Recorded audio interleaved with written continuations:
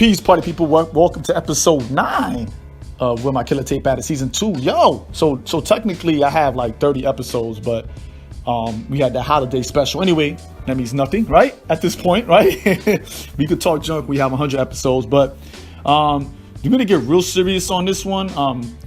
This episode is called Catch Nothing But Abuse, and it's pretty much about abuse. It's about domestic violence. We're gonna talk about a lot of stuff in here. We're gonna get real serious, and we're gonna talk about apologies. We're gonna talk about the NRA and Killer Mike. We're gonna talk about why you shouldn't make crackhead jokes. We're gonna talk about, punch up to get beat down. We talk about Stephon Clark, and should you go out to bat for people who wouldn't bat for you? So we're gonna get real serious. I apologize. Some of this stuff is gonna be triggering, so I got to give you a trigger warning for that. And let's have these conversations, because we need to have these serious conversations. We could play all the time, but we definitely got to have these serious conversations. So check it out.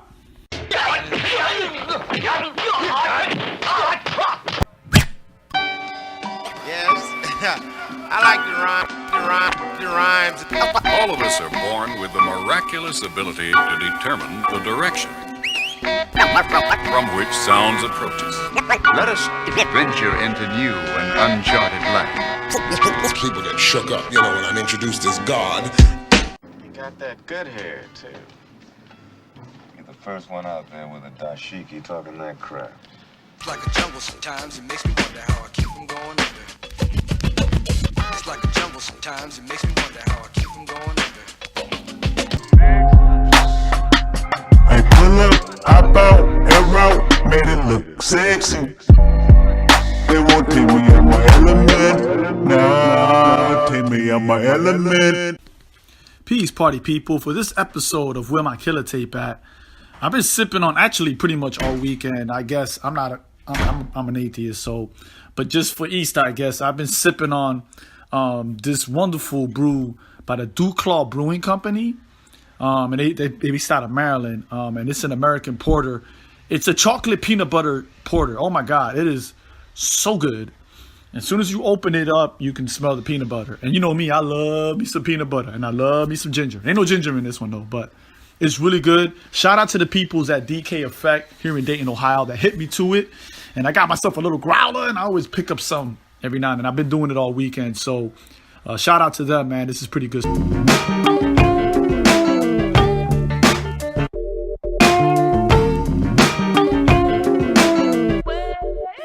stuff. Word. Yo.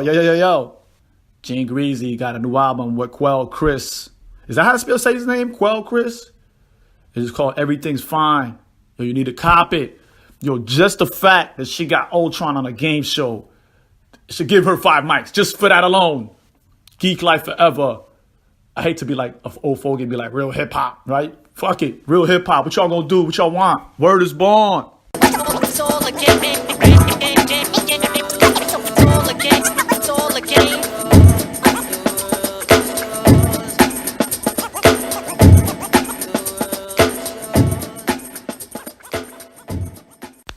Yo, I just want to say real quick, I know everybody's talking about Killer Mike and everything, and I don't want to throw in my 2 cents, and I'm pretty sure this is ran to the ground. And I want to talk about his apology real quick. I don't know, because with Killer Mike, like, I'm on the fence about him because he be on that bullshit with Bernie Sanders. He be saying some fly shit sometimes, and like, I don't have an issue when it comes to gun ownership for black folks. I think that's something that we need to discuss across the board. Like, that discussion needs to happen, right? Even though I run into a lot of people, that look like me, that look like my babies, that look like my wife, that look like my students, and they say to me that they don't even want to fuck with guns. That's just, you know what I'm saying? And that's because a lot of us, when it comes to gun violence, there's a lot of trauma and it's a lot of madness. So, we don't need to open up that can of worms. I just don't understand when it was okay in any situation, to sit down with the NRA. I'm just saying, I will admit, let me, full disclosure here. I will admit there was a time when I was like, yo, you should get a membership with the NRA, because they actually have a thing where if you get, if you get arrested for gun possession or whatever, they actually give you a lawyer pro bono, like just to get you out. Like, yeah, they do that in part of the NRA membership. So I thought that was a good idea. But when you realize how much of a white supremacist organization they are, you should not give them motherfuckers one nickel. If you live in DC, a lot of y'all know that they have a big ass fucking building. That shit is huge. And it's like as big as like a lot of that corporate stuff over there. And just mind you, they're next door to a lot of government weapons contractors. Just want to point that out real quick. That being said, it is, and I apologize for ever thinking like that, right? I really do. But I think it's very important that we ask Killa Mike that question. No one has, people have been asking him that, but he has not really responded to that question. So we're just gonna leave it at that. All right. I think Prince should run first for this one. I think so. I think Prince should run first for this one. Now I want to talk about how to apologize. I know I've been doing a lot of that today, and it's just funny because I watched the Killa Mike apology, right? And it's funny because a lot of us be like, well, you apologize, shut the fuck up, and keep it moving, right? And I think that's really messed up. I think when it comes to apology, there's not like a science to it. There isn't. It's very simple, right? First of all, if you're gonna apologize for what you did, right? And notice that in the Killa Mike apology, he never says, "Yo, I apologize for sitting with the NRA. That was a really bad idea," let me apologize for taking shots at people, even though they were subliminal. Like, those are the things he did. He sat down with the NRA. His intention was to call out the protesters, but he does. I mean, you cannot, whether it was recorded a week ago or a week after, remember that a week before that, there was another shooting. So, when you have these shootings, you have people who call for gun control. He was targeting them. And I kind of think that if you're going to do an apology, be genuine about the shit. If you're not going to be genuine about it, right? If you're going to deflect, then don't apologize. Okay? For example, if I slap somebody upside their head, right? Just an example, and I'm trying to be violent, right? Let's smack somebody upside their head. I don't go and apologize to that person and say, I apologize for being angry at you, or I apologize for making you feel some type of way. I say, I apologize for smacking you upside your head because that's what I did wrong. Okay, true indeed, I made him feel some type of way as well, and I should apologize for that. But the crux of the matter was, I slapped that person upside their head, and that's what I need to be apologizing for. And I think that a lot of times you see these public apologies, and I know a lot of it has to do with what you're liable for, because if you admit to certain things, if you say, if I say I apologize for slapping you upside your head, then I could be held liable because I admit to it, right? I say, it was my fault. So I get that part, but we really need to really focus. No one's going to sue him for that. No one's going to sue the NRA for that. So I think he's safe, right? And even if he wasn't, so what? But anyway, when it comes to issuing an apology, number one, be sincere and be genuine, right? Number two, talk about what you actually did wrong. Number three, don't deflect and put the onus on everybody else, right? Because people will say, what I said was taken out of context, or what I did was taken out of context and the media ran with it. You blaming everybody else. You're not blaming yourself, right? Number four, don't justify it, right? We're not asking you to justify it. Say, yo, I messed up, and there's no excuses for it, right? I mean, why would you do that? Like, that's just ridiculous. And I don't know, do we need to teach a class on how to make apologies, right? Don't you remember in school, we were like, I tell my students, I say, hey, if you're not sorry, if you don't feel like you're sorry, then don't apologize, because then that's fake. And I think we need to really focus on that. If you're not really sorry about what you did, you know what? I'd rather you not apologize, because your apology is not sincere and it's not genuine. And I know I'm kind of mad about it because I just see it a lot. And I expect a lot more from Killa Mike. Maybe I shouldn't. But, y'all got to learn how to do apologies, man.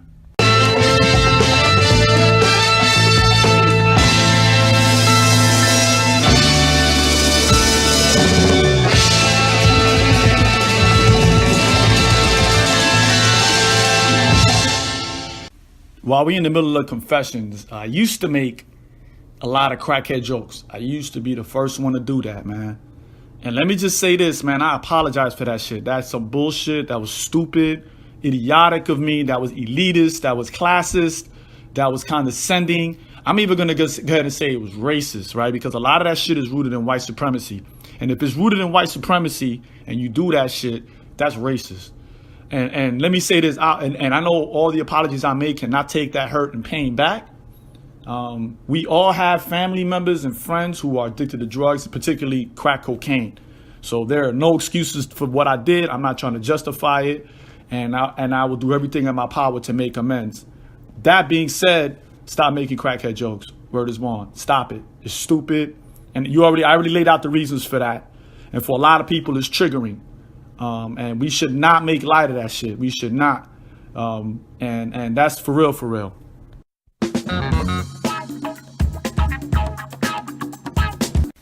So most recently, we saw the situation with the brother Stephon Clark. Yo, shout out to his brother, man, who's out here in these streets, man, holding people accountable. But, he was murdered, shot 20 times, which is actually becoming like a common theme.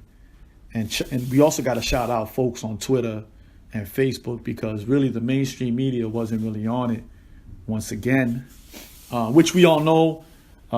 Malcolm X was clear about it. Ella Baker was clear about it. Dr. Bell Hooks is clear about it, that the mainstream media don't really give a fuck about black people or people of color when it comes to racism. But anyway, that's nothing new.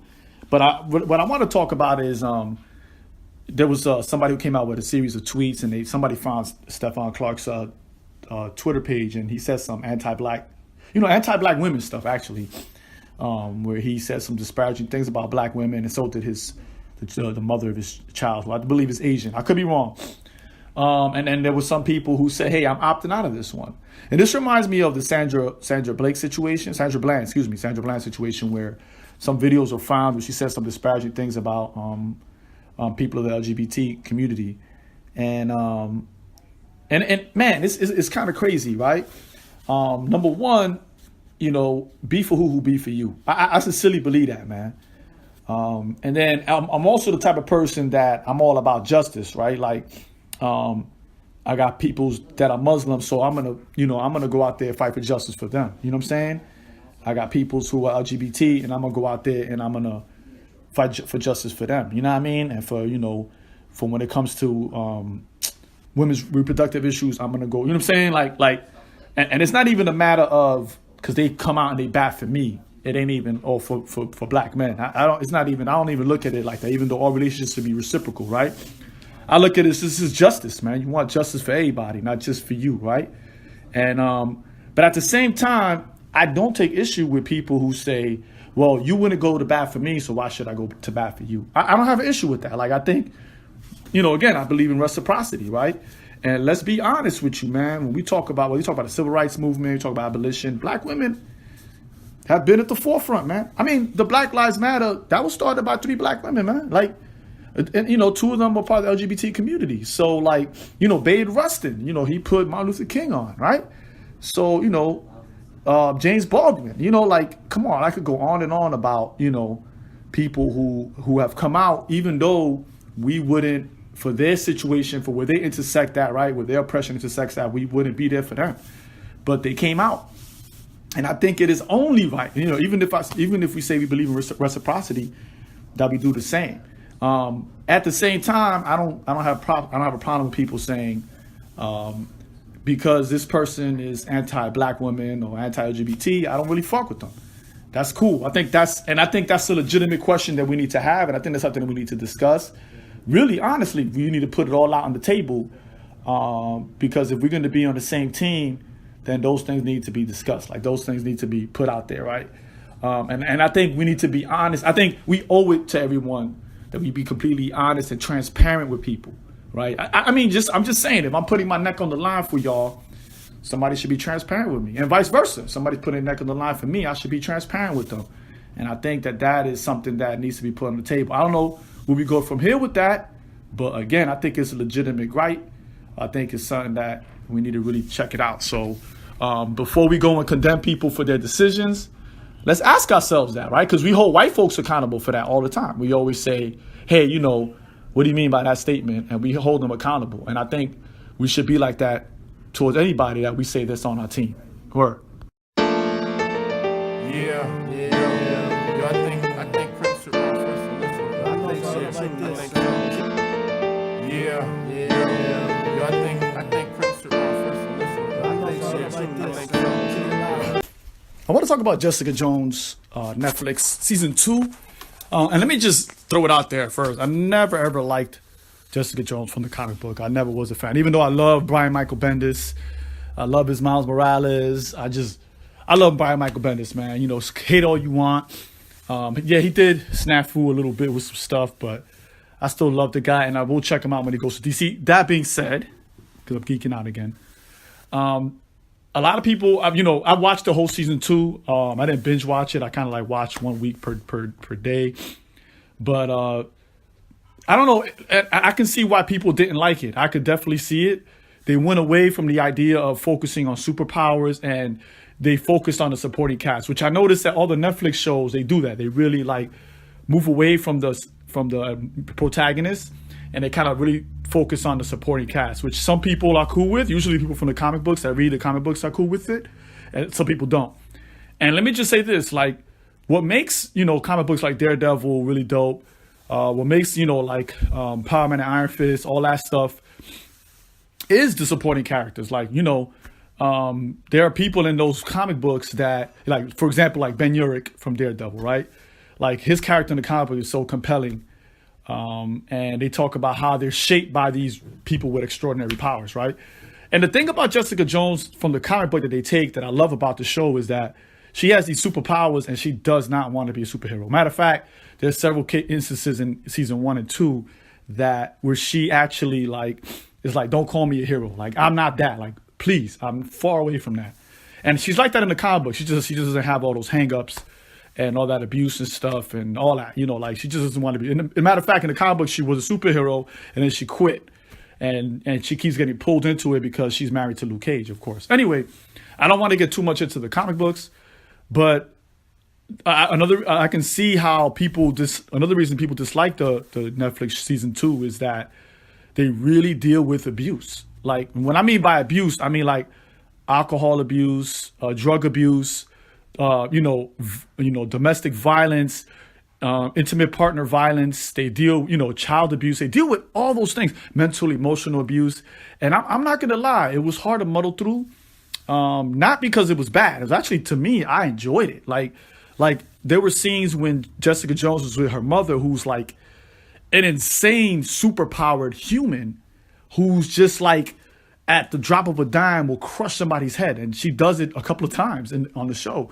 And at first I'm like, hey, Jessica Jones, get away from that person. Why are you with that person? And I even actually judged her on that. And then I started to realize that we all have people like that in our lives. Well, not all of us, but a good number of us have people like that in our lives who are extremely volatile and toxic. And, I guess I'm glad we live in the real world because they don't have superpowers. If they did, we'd be in trouble. And I think that was really interesting about this, that, it's easy to watch a TV show and see someone on there who's like, you know what, you really can't be around people. But there are people like that we know every day. And I thought that was a crucial element, and it was very compelling for me. And I just really enjoyed this season 2. Don't get me wrong, I don't think it was the best Netflix show, but I think it's far from the worst. And I just want to really, for some people, this might be triggering. Watching the show might be triggering. And for others, it might be pointing a fat finger at them, because a lot of us are emotionally and mentally abusive to other people. And sometimes we don't even know it. Sometimes we feel like we have the right to be, particularly towards our children. And I think that if we really look at it, and I don't know, some people don't like this kind of commentary on their TV shows. Some people just are adverse to it. But I think that this is something that we should discuss, like, for real. Like, you look at the relationship between Jessica Jones' mother and Carl Magus, who actually in the comic book is like a real evil dude, right? He's like this evil dude, right? But in the show, he's seen as this flawed character who wants to change the world through science, and he fails miserably at each time, and he creates these monsters. And but he falls in love with Jessica Jones' mother, and we may look at their relationship as dysfunctional, but they were just two individuals who would try to make sense of a world that it's wildly crazy and abusive and hostile to some people, and those forms of love. I know I'm getting psychological in this, but bear with me. And some of y'all might be like, yo, you bugging? Like, what are you talking about? But I could see why people disliked it. And I really, and I'm going to say enjoyed it from an analytical perspective. But also, and don't get me wrong, if the acting falls short in so many ways, like I really got tired of Patsy Walker. Like I really did. Who's also the opposite of how she is in the comic book. Because in the comic book, she's more playful. But I enjoyed Malcolm. I really enjoyed Jerry Hogarth. I really, really did. And like, if anybody on that show is evil, it's Jerry Hogarth. And it's not because like she doesn't do anything as heinous as Jessica Jones's mother. But the fact that she does these things and she believes that she's justified, that is the evil part. That is the part that's scary, right? They throw some things in the show that you're just like, why are they doing that? Again, I can see why people had issues with it, but outside of that, overall, I give it 3 out of 5 stars. But let's really focus and have those conversations, party people.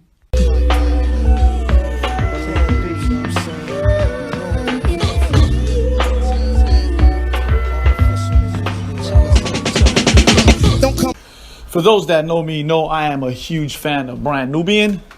Actually, I don't think they only had one whack album in their entire career. They got like what 7 albums, and then of course Grand Poobah's album is dope. Sadat X, Lord Jamal, all of them even on their own, they make dope stuff. Anyway, there's this one song I love, man. I'm gonna be straight up honest with you, and it was from their second album.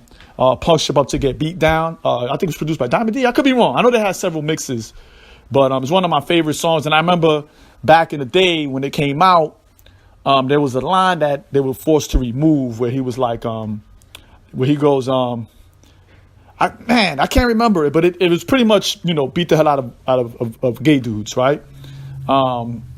And he actually, Sadat X had to change the line. And I remember back then I was kind of upset, like, oh, they're not, But really, when you look at that whole thing and you listen to that album, In God We Trust, which is actually like my favorite album that they did, there's a lot of homophobia in there. There's a lot of homophobia in there. And it's one of those things that, like back then I was like, oh, why y'all tripping? But as you get older and wiser, you're like, yeah, that shit was homophobic as fuck.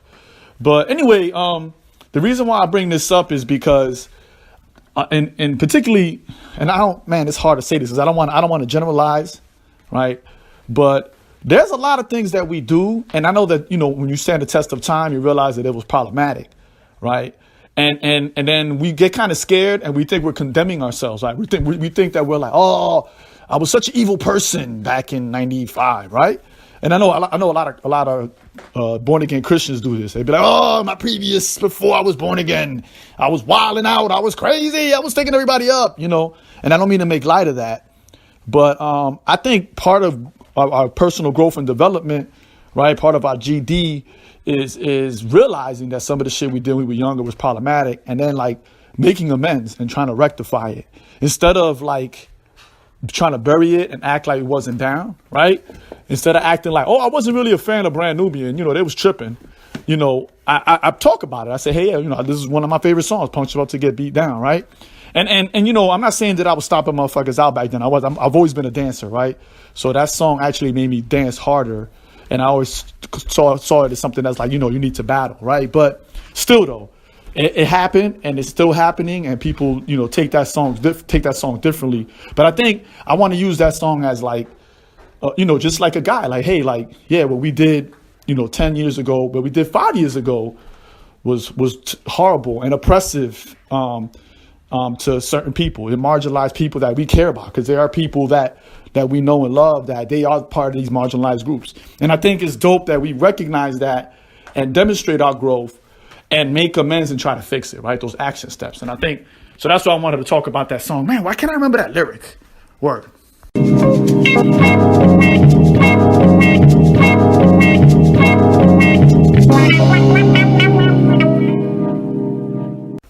Now we need to talk about domestic violence and intimate partner violence, or, we refer to it as DV and IPV.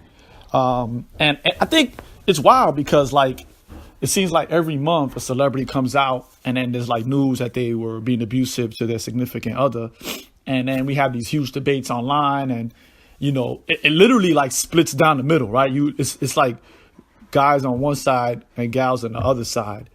And the guys are like, hey, y'all need to stop doing this. And the guys are like, well, we need to make sure that there's evidence that this happened. And what did she do to provoke it? And it's just like, wow, really? Like, and here's the crazy part, right? I could see if it was like the type of crime that's like rare, like, you know what I'm saying? Like I could see if it was like somebody came and scammed you for money, which is actually not rare, but like, because I think that's a bad analogy. I'm sorry.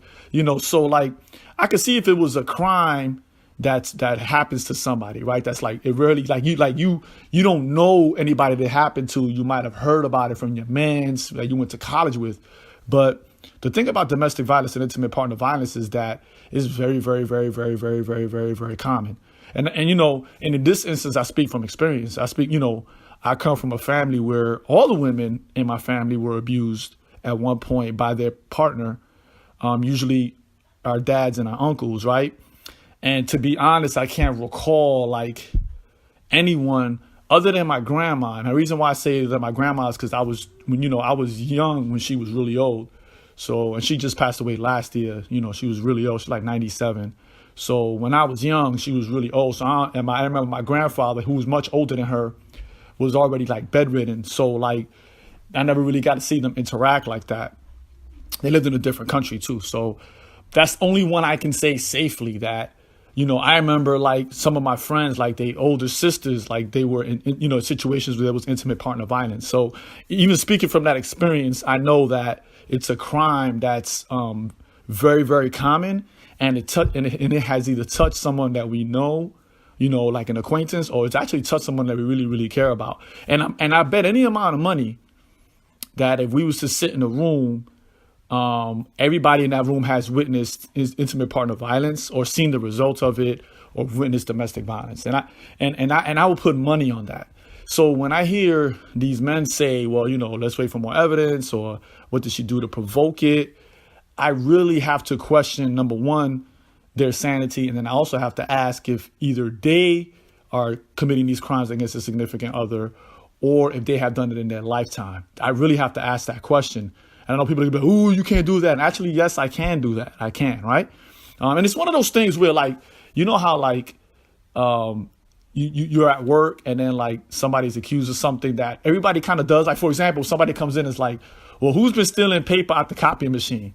You know what I mean? And everybody feels some type of way about it because everybody's kind of done it at one point while they were working there. Like, they stole some supplies from the office. Everybody's done it, right? So if somebody gets caught doing it, you feel some type of way.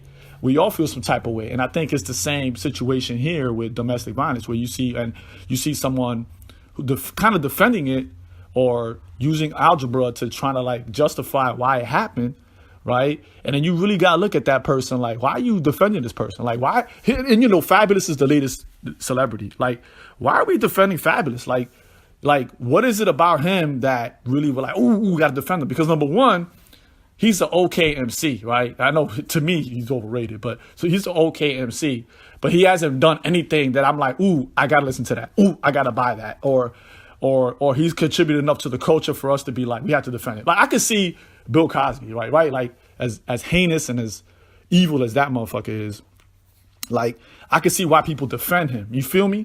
So, even though they shouldn't.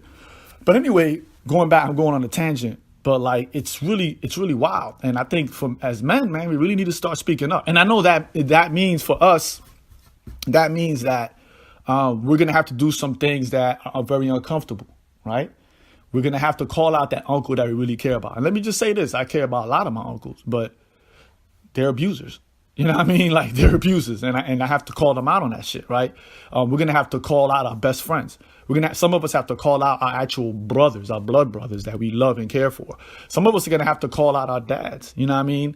Some of us are going to have to call out our mentors. I'm not, you know what? I'm not even going to say some. I'm going to say all of us, and I think that's the bitter pill that we have to swallow when we talk about domestic violence. Like really, and remember how in the last episode I talked about doing the emotional work, and that's part of doing the emotional work. Like that needs to get done. So I'm going to leave y'all with that. I know I got real serious with it, but this is a serious matter. Work.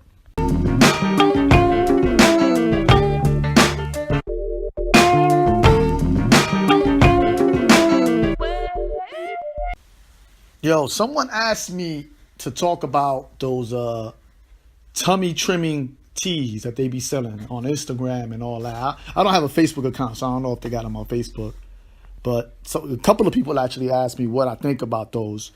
And let me say this, man, those things do not work. I repeat, those things do not work. There are no peer-reviewed studies. There's no long-term or short-term studies that prove that they work. They are a pyramid marketing scheme. Y'all know what those are, right? Anyway, do not waste your time and money on that. And you know, it's crazy because you're always gonna have snake oil salespeople. You're gonna always have these people out here that are gonna sell you these remedies, right? That they're gonna get whatever you want. You're gonna get your results quickly. It's all bullshit. I said it. It's all bullshit. Don't believe the hype. It's funny too because when you look at the pictures, like when you see people with the pictures, right? They'll show you their tummy before and after, and there's very little difference. Very, very little difference. Now, let me just be frank. A lot of these teas will probably do the same thing as any other tea that you'll get on the market. So you're wasting your money. And again, I'm going to say it. A proper diet and regular exercise. And what I mean by regular exercise, at least 30 minutes a day, right, will get you right. I'm dead ass. Now, it might take you a little bit longer than you expect, right? But you might have to do a little bit more than 30 minutes a day sometimes. You might have to go to 45 or 1 hour, 45 minutes to 1 hour, but that is going to trim your tummy, man. Stay away from that nasty ass fast food, right?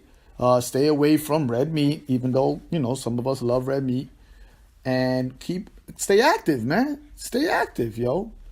And I'm telling you, man, but don't believe these tummy trimming teas out there. I know I should call them something else, right? But I can't remember because I never mess with them. The people that I mess with don't mess with it. Like the people that I train with, the people that I interact with when it comes to health and fitness, they don't mess with those things. And you shouldn't either, man. And there's a lot of stuff out there that they sell, man. And look, man, it's capitalism. And there's always going to be people that are going to figure out new ways of removing you from your money. And this is just another scam. So don't believe the hype. Yo, I'm willing to debate anybody on this. Show me the studies. Show me the long-term peer-reviewed studies or short-term peer, whatever, however you want to do it. Show me the numbers. You know what I mean? And we'll debate. Let's do it. Word. This is a man's world, but it would be nothing without. This is a man's world. Part 3, QVC, sip lime Bacardi. Heavy on the chest, you blink my ice ring. John Lee Green, yeah, that's small. Part 3, QVC, sip lime Bacardi. This episode of with my Killa tape at, and we talk about how to approach women. Again, I don't want y'all to think that you can listen to 1 or 2 segments and then you got it. I don't even expect you to think that you can listen to all 29, actually 28 segments. I had 29 episodes, but I missed 1 day of this. Actually 2 days of this.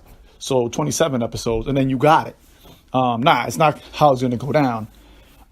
Practice makes perfect, man. I remember being a young blood. I remember, like, you know, when I first really trying to start to talk to women, like, I sucked at it. I was horrible at it, right? But what I did was I took the tips that I already gave y'all. You know, for example, I think episode 3, I think it was in season 1, where I was like, you know, become a good conversationalist. It was either that or episode 4. And I talked about that, how you just have to be the type of person to have a good conversation with just anybody. And that takes practice. That's not something that happens overnight. It's not something that's going to happen over the course of 30 days or 6 months. It might take you a year or 2 to get it down. I know. You're like, oh, my biological clock is ticking. Trust me, it's not. But you have to learn, you have to practice. And I think, I know for a lot of people, you know, a lot of us are introverted. I'm not, obviously, right? So, and it might take a little bit of practice. And that's probably what it is. I think with guys, we, number one, cannot handle rejection. And that's across the board. That's 100% of us. It's not some of us. You know, we can't handle rejection. And because of that fear, number two, because of that fear, we're more apt to not come out of our shells, right? Because of that. And I think I talked about this in episode 1, man. Like, learn how to handle rejection, man. It makes you a better person. You know what I mean? It makes you a better person handling rejection, I think. So, like, Learn how to eat that, and learn from your mistakes. You might have said something wild. You know what I mean? Which is usually the case. But one thing I will say is that it takes practice. It's not gonna happen overnight. Everybody's not gonna feel you. But you should be good to the point where if she don't give you any smoke, you know what I mean, she's still gonna want to have that conversation with you at that moment. I think if that's your goal, like my thing is always, if I get a good conversation with somebody, then that's good. I'm good for that. So I think that's what we should focus on. So practice, man. Like, yo, and I'm not saying holler everything that moves. I'm just saying, like, that's what's gonna take for you in this situation. And I hope y'all could take that down. At least listen to that part, right? Word.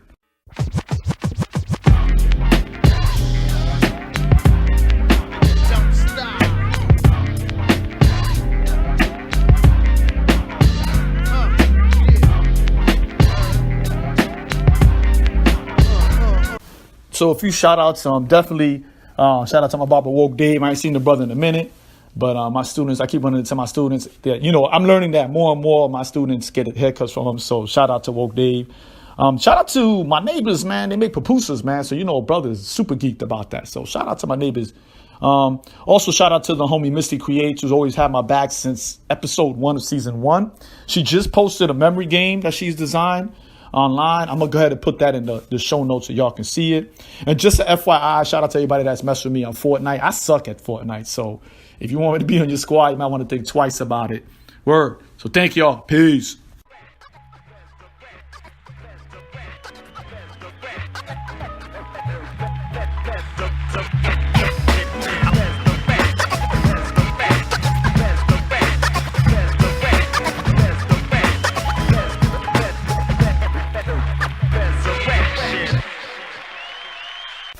So there you have another episode of Where My Killer Tape At. Catch up to the abuse. Word up, I'm actually on Podomatic now. So I started posting individual episodes up there. I just started, so don't rush over there. So I have one episode on there. You can find us on Stitcher, SoundCloud, and the Apple Podcast app. Finally got that right? I kept saying iTunes. You can check us out there, and also on Google Play. If you're going to continue discussion on Twitter or Instagram, it's Where My Killer Tape At, and the killer spelled Killa. Use that hashtag Where My Killer Tape At. And then also on Instagram as well. I'm still Brother Omi, at Brother Omi on Instagram. But also you can hit me up on the Twitters at Omi's Podcast, OMIS Podcast, or at Dantres Omi, DANTRESOMI. And yo, thank y'all for listening, man. I appreciate it, man. It's the 30th episode. So I love y'all. And we shall continue to rock on.